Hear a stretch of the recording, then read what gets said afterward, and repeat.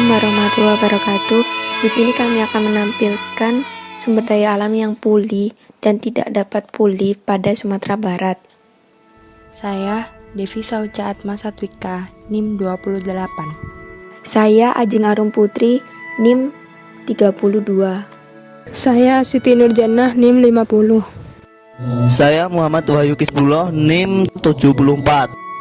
Nama saya Maksudi, NIM 84.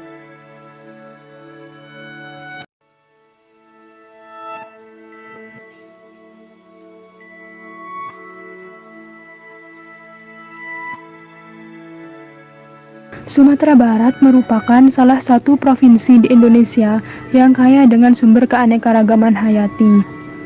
Sebagian besar wilayahnya masih merupakan hutan tropis alami dan dilindungi. Potensi sumber daya alam di Sumatera Barat tergolong banyak, sehingga hal ini menjadi alasan kami memilih Sumatera Barat sebagai bahan pembahasan tentang pengelolaan sumber daya alam, baik sumber daya alam yang dapat pulih maupun sumber daya alam yang tidak dapat pulih. Beberapa potensi sumber daya alam yang ada di wilayah Sumatera Barat antara lain sumber daya air, hutan, potensi bahan galian seperti deposit pasir dan batu gunung, mineral, dan deposit kelautan yang belum dimanfaatkan sama sekali seperti energi yang dihasilkan oleh ombak atau gelombang laut yang menghempas ke pantai. Berdasarkan pengelolaannya, sumber daya alam dibagi menjadi dua, yaitu sumber daya alam yang tak dapat pulih dan sumber daya alam yang dapat pulih. Untuk contoh sumber daya alam yang tak dapat pulih di wilayah Sumatera Barat, yaitu salah satunya migas. Dan contoh sumber daya alam yang dapat pulih, yaitu hutan. Yang pertama, migas. Migas merupakan salah satu potensi sumber daya alam yang tak dapat diperbarui. Sektor migas merupakan salah satu andalan untuk mendapatkan devisa dalam rangka kelangsungan pembangunan negara. Di Sumatera Barat sudah ditemukan 3 blok sumber migas yang sangat potensial. Pertama di wilayah kerja Southwest Bukti Barisan, yang kedua ada di wilayah Sijunjung, dan yang ketiga ada di Outer atau lepas pantai Mentawai.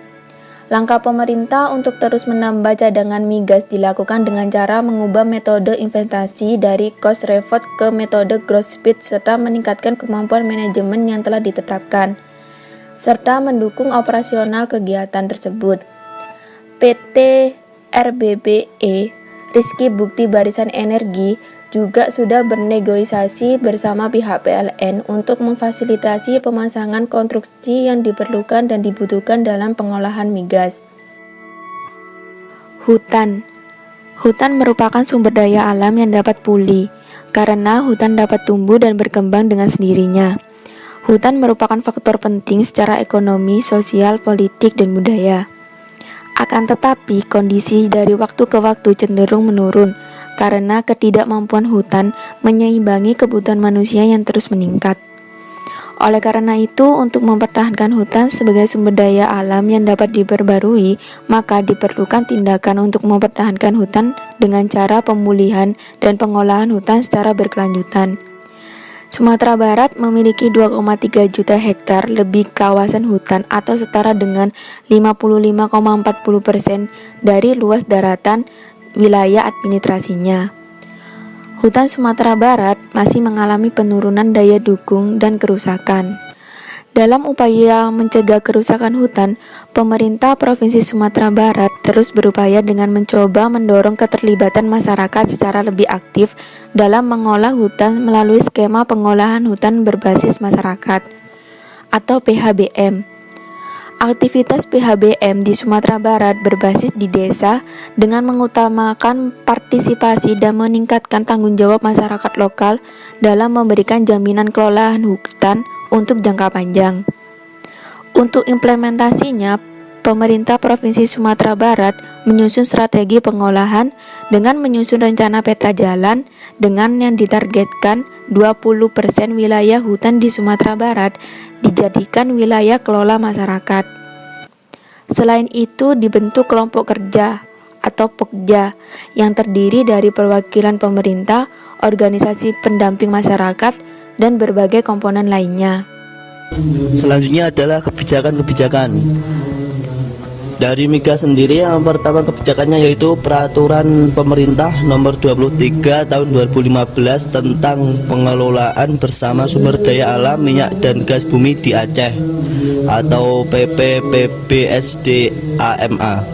Yang kedua kebijakannya adalah Pengaturan pengusahaan kekayaan sumber daya alam migas yang berada di darat dan di laut di wilayah Aceh, meliputi pengaturan mengenai survei umum, data, dan wilayah kerja migas. Selanjutnya kebijakan untuk hutan sendiri, yang pertama menurut keputusan Menteri Kehutanan nomor 01 garis miring Menteri Perhutanan strip 2 garis miring 2004 tanggal 12 Juli 2004 tentang pemberdayaan masyarakat setempat di dalam dan atau sekitar hutan dalam rangka perhutanan sosial atau social forestry. Contoh penelitian yang sudah dilakukan. Penelitian yang pertama yaitu hutan. Dengan judul penelitian Bentuk Pengelolaan Hutan Nagari Sungai Buluh Kabupaten Padang Pariaman. Latar belakangnya, kegiatan pengelolaan hutan selama ini belum memberikan hasil yang optimal. Hal ini dikarenakan pengelolaan hutan masih belum berpihak kepada masyarakat. Oleh karena itu, diperlukan suatu tindakan yang dapat menjawab permasalahan tersebut agar masyarakat yang hidup di dalam dan di sekitar hutan tetap dapat hidup sejahtera. Hutan nagari bisa dijadikan sebagai salah satu alternatif dalam menjawab permasalahan tersebut. Tujuan penelitian yaitu untuk mengetahui bagaimana sih bentuk pengelolaan hutan nagari Sungai Buluh. Metode penelitian, lokasi dilakukan di Hutan Nagari Sungai Buluh, Kabupaten Padang Pariaman, Provinsi Sumatera Barat. Hasil penelitian menyatakan bahwa pengelolaan hutan nagari Sungai Buluh ini berdasarkan pengamatan pada saat penelitian dilakukan tidak terdapat perbedaan keterlibatan antara laki-laki dengan perempuan. Semuanya memiliki akses yang sama dalam melakukan pengelolaan hutan nagari Sungai Buluh tersebut.